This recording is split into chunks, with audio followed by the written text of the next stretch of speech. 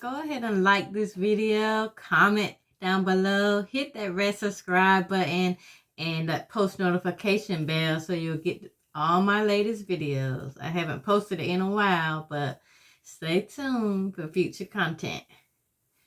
Today we're going to be getting into a video where I'm just combing, brushing out my natural hair, and giving y'all story time.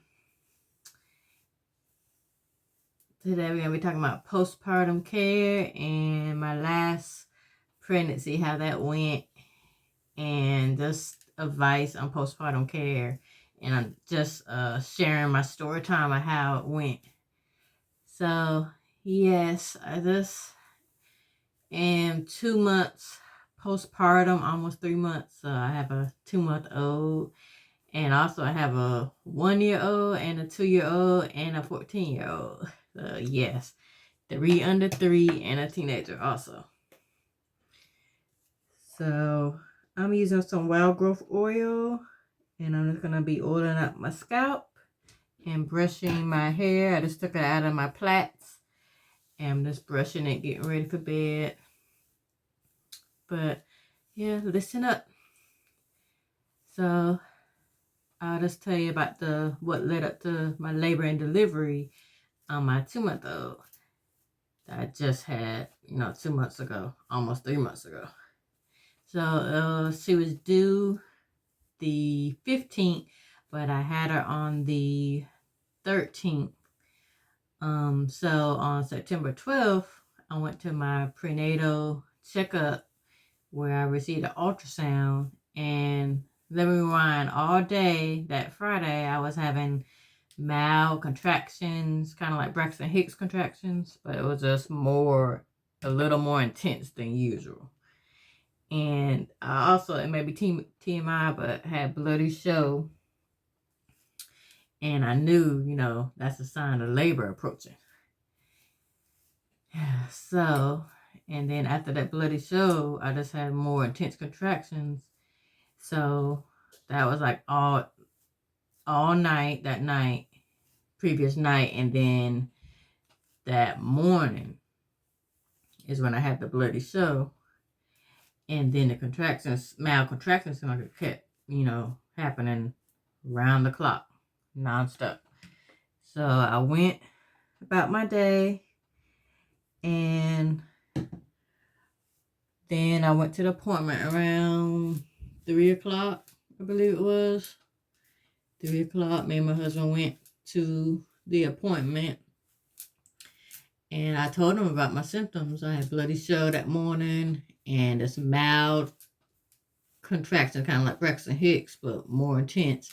So they asked me, the doctor asked if I wanted to get a cervical check done. At first I said no, because, I just don't like those. It's just uncomfortable, and sometimes I just don't see the point of those. But I wanted to see how far along I was, how dilated I was. And she said, "You're already 4 centimeters dilated." I was like, wow. And plus, my other symptoms, like the bloody show and the contractions I was having, they wanted me to go ahead and head to the hospital so they could monitor me. So I was hungry. I barely ate since lunchtime. We're waiting a long time at the doctor appointment. So I asked before I left, do I have time to get something to eat real quick? Or did I have to go on to the hospital right away? So they said I had time to go ahead and get something to eat, me and my husband. And then she said, the nurse told me, right after you get something to eat, head on to the hospital. Don't wait any longer. So I said, okay. So me and my husband went to Checkers and got us some burgers, French fries, and apple pies. It was so good. Yeah, so anyways, we got to the hospital after that. We pulled up to the hospital. My husband found a good parking spot right in front. So that was amazing. A blessing. If you know, you know. Hospital parking lot can be very packed. It's hard to find parking spaces sometimes. So we got a good spot. So we went in. Where I got my prenatal care, already told the hospital that I was coming. So got to the hospital, checked in, and then, they called my name and we walked to the room where we could get monitored. They hooked me up to the machine so they could check the baby's heartbeat and see how the baby was doing. And then time my contractions I was having. And I was like on that for like an hour. And then the nurse and doctor came back and said they're gonna go ahead and admit me since it seemed like it was progressing with the contractions. So I was surprised, but I knew it was time because, like I said, my due date was on the 15th, that Monday. And it was already the 12th, that Friday. So by that time, it was already like 7, 8 p.m. So when they said they're going to admit me, then they came back after a while waiting, maybe like 30 minutes or so. Came back with a wheelchair and wheeled me to the other room for to have labor. And I was in there, I don't remember all the times, but I got in that room, hooked me up, they got my vitals, hooked me up to the IV, and I say, my plan, I want to labor naturally, because I just had bad experience with Pitocin with my previous pregnancy, and they tried to really push that Pitocin, so I said, no, don't want the Pitocin, if, as long as I can help it, I don't want that, and I want to try to labor naturally. I had epidurals in previous pregnancy during labor, in 2 of my pregnancies during labor, and I didn't want an epidural. I wanted to try to do it naturally. So the hours went by. Long story short, I was at like a 4.5 centimeters dilated by that time. So the OBGYN doctor came in and was saying, at this time, I may need to get some Pitocin or something to help progress the dilation. And I said, I really don't want that. And I'd rather, labor naturally, walk the hallways or get the bouncing birthing ball, squats, do something else. So they really try to push that Pitocin once again. And they try to say, it's the same as natural contractions. But if you know that it ain't the same. It's like 1,000 times worse. I mean, natural contractions are bad, yes. But that Pitocin makes it, that much more intense. And I was not about to have that. I really want to go into labor naturally without the interventions. So I don't think the doctor really liked that. And mind you, this is a high risk prenatal care OBGYN I was attending at the last of my pregnancy due to reasons that they thought, I was high risk.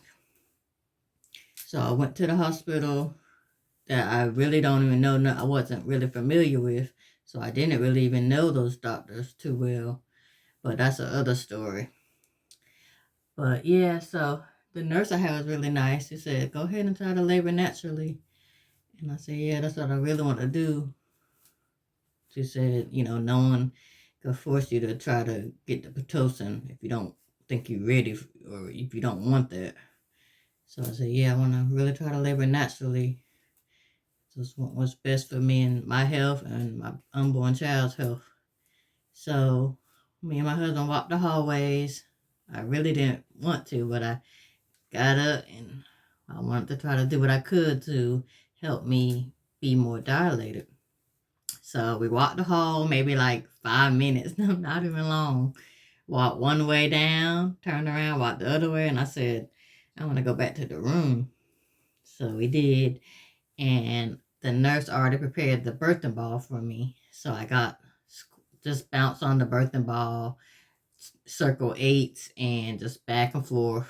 And what really helped me was I put a pillow on the bed, And I laid my head on that with my arms like that. And I was just, rocking on the ball, moving back. And that's when the contraction came, I would squeeze the pillow and lay on it.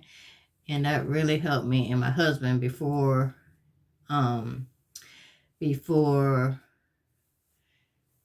we even went into labor. We went over how to give me counter pressure on my back, my lower back, and that really helped.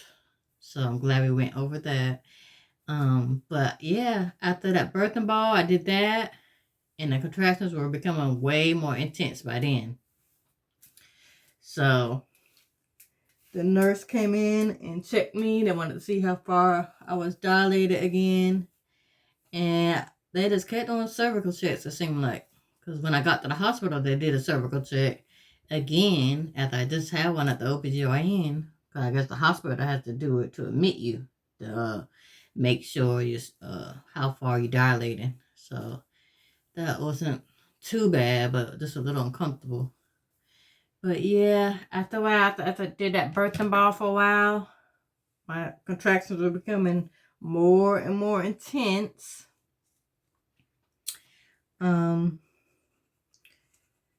And I don't remember every little detail, but I remember getting back on the bed, laying down for a little bit, because I really didn't want to be on my back too much during labor, because I heard that's like the worst position. So I got up and was moving around on the birthing ball. And the contractions, by this time, the contractions were so bad. Every time I feel it, tell my hubby, and I just needed that counter pressure. That really helps. So ladies, if you need that, that really helps. And next thing I know, the doctor came in. He wanted to check me, see if I was dilated. They said I was at 8 centimeters dilated already. I was shocked because a few hours, at least about 4 hours or so, 3 hours or 4 hours had went by since we were admitted to the hospital. And it was becoming real intense. I just kept breathing through it. I was like, I was breathing so hard, y'all. I was breathing through it. And that helped too. Just to be calm and just breathe through your nose, out your mouth. I was like that. So, next thing I know, they did another cervical check when I was 8 centimeters. Soon as the doctor walked out the door, I'm telling you, no kidding. Soon as, not even a second after he walked out the door, he did that last cervical check. He said I was at 8 centimeters. He walked out the door. And I said, I feel the baby coming. I feel something. I think she's coming. So, let me get a hair bow. Yeah. So I said, she's coming. I feel her coming. I feel pressure. She's coming. Her head is coming. So the doctor rushed back in. I guess they called him back in. Not even a second after he left. And she was coming out. Pushed her out. They did say I had a 2nd-degree tear. So that's the first time I had a 2nd-degree tear. I had a tear before, but it wasn't a 2nd degree in a previous labor and delivery. But yeah, they stitched me right up. And this was all natural. No epidural. I did have some pain medicine they gave me, but that was it. And that really didn't do much, but just make me a little drowsy. Like, kind of like out of it, but not too out of it, if you know what I mean. But yeah, and they started to stitch me up. They gave me my baby to hold, and I was just so weak and shocked, that she's finally here. I had another daughter, so now I got 3 daughters and 1 son. So I just thank God for that. But yeah, I was in the hospital for like 2 days. No complications, thank God. Oh no, my hair just broke the hair bow. So yeah, it said no complications at all. Baby's healthy. There's some things that we're going through right now, but we're just asking God to fix it. And we know He's in control. And postpartum care, I just want to say, Ladies, rest. Rest as much as you can. I know it can be hard. I know if you have, especially like me, under 3 years old, you can't always sit down and rest. But the first few weeks postpartum, you need to really sit back and rest. Kick your feet up. Rest as much as you can. Drink plenty of water. Take your prenatal vitamins. Take your ibuprofen, the hospital strength type they gave you for as long as you need it. Tylenol if you need it. They said to keep taking your prenatals even though after you gave birth. I need to do that because I'm not keeping up with that. But keep up your water intake. Very important. Got me some chapstick. But yeah, and take care of yourself. Health-wise, take care of yourself physically, clean yourself. Use your peri bottle they gave you with warm water. This Dermoplast pain burning itch works good. You know. And the Tux medicated cooling pads, they really work as well. Down below in your vaginal area. Keep it clean. Use those items. Rest. And just take care of yourself. And I'm a Christian myself, and God is what gets me through each day. So, a good scripture is Philippians 4:13, and it says, I can do all things through Jesus Christ who gives me strength. Say it with me. I can do all things through Jesus Christ who gives me strength. And, some days it's hard, some days it's difficult, but if you just believe it and have faith in God, He will get you through it. And, just my advice is just to keep hold of God, keep praying to God, keep reading God's scriptures and getting into His word, even though you may not have time, but try to make time to get you through this season. I've got hair shedding. But yes, and just keep resting, keep reading God's word, keep praying, and keep yourself clean and hydrated, and just enjoy every moment. Because like I said, it seemed like it was just yesterday that I had my daughter, and it's been 2 months, almost 3 months already, because she was born on September 13th of this year, 2025. So these months and days and weeks just fly by, and these years just fly by. So enjoy every moment, and also take lots of pictures, videos, capture those moments, especially that newborn scrunch. I may insert a video of that in here, but that newborn scrunch, when you pick the baby up and it scrunch the legs, that only lasts, a few weeks in the newborn stage. So those first 8 weeks is the newborn stage. So now my baby's an infant, and I'm just cherishing every moment and just enjoying every moment. So thank you all for tuning in. Take care of yourself during this postpartum care, new moms, and especially if you just had a baby, take care of yourself mentally, physically, spiritually. So I know it's difficult, and that's why I haven't been on YouTube in a while. I'm just enjoying every moment. So let me know in the comments if you like this video and what other future videos you would like to see on my channel. Go ahead and go ahead and comment down below. Let me know how you like this video and what you would like to see in the future. Hit that red subscribe button because you want to see future videos, don't you? So hit that red subscribe button. It doesn't cost a thing. And hit that post notification bell so you won't miss any of my videos. So thank you again. God